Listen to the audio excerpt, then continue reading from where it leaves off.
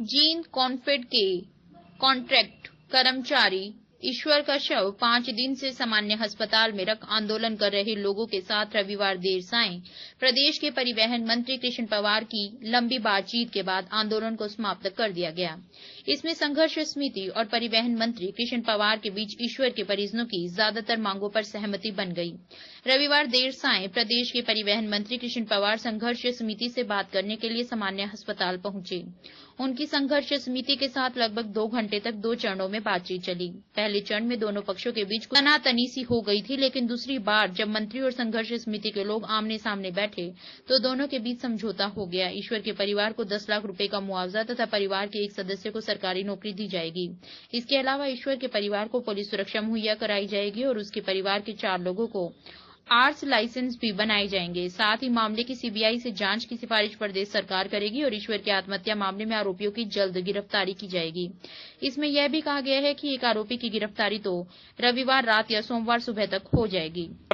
जो मंत्री कृष्ण पवार जी थे उनके साथ बड़ी लंबी वार्ता चली और उसमें फैसला ये लिया गया कि जो अरेस्ट के बारे में एसपी ने जो विक्टिम है यानी मुद्दई जो है उसको लिखित में लिख के दिया है कि इन लोगों को हम अरेस्ट करेंगे और एक अरेस्ट आज रात को वो कर देंगे। नौकरी के बारे में उन्होंने कहा कि एक योग्यता के सबसे सरकारी रेगुलर नौकरी देंगे। तीसरी बात उन्होंने कंपनसेशन के बारे में 10 लाख का ऐलान किया है। SC/ST एक्ट का जो कंपनसेशन है वो अलग से मिलेगा।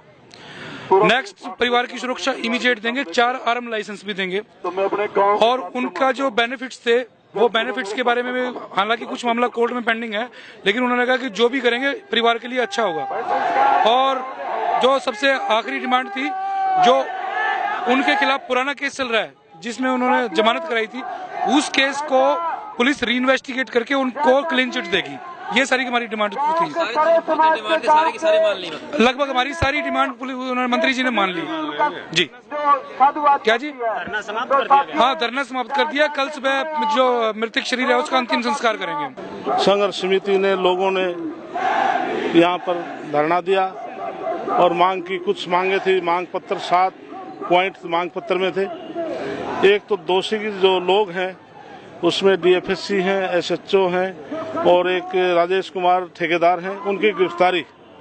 तो मैंने कमेंटमेंट किया है। पुलिस SP साहब ने भी कोर्ट से गिरफ्तारी वारंट जारी करवा रखे हैं, तो निश्चित तौर पर पुलिस में उनको गिरफ्तार करेगी।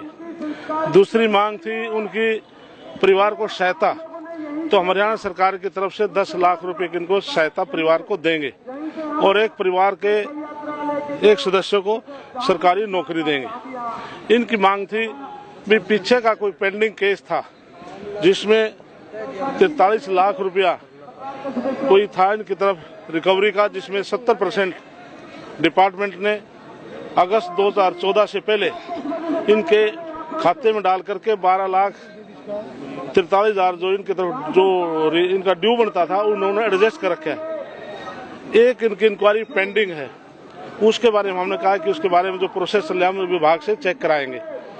तीसरा इनकी मांग थी कि CBI से इंक्वायरी होनी चाहिए, वो हमने मान ली है। कल ही DC साहब SP साहब इस सारे मामले की CBI से इंक्वायरी के लिए मार्क कर देंगे और एक सुरक्षा के लिए इनके कमेंटमेंट की सुरक्षा देंगे और परिवार के खतरा ये महसूस इन्होंने किया है तो 4 परिवार के लोगों के लाइसेंस बनाकर देंगे।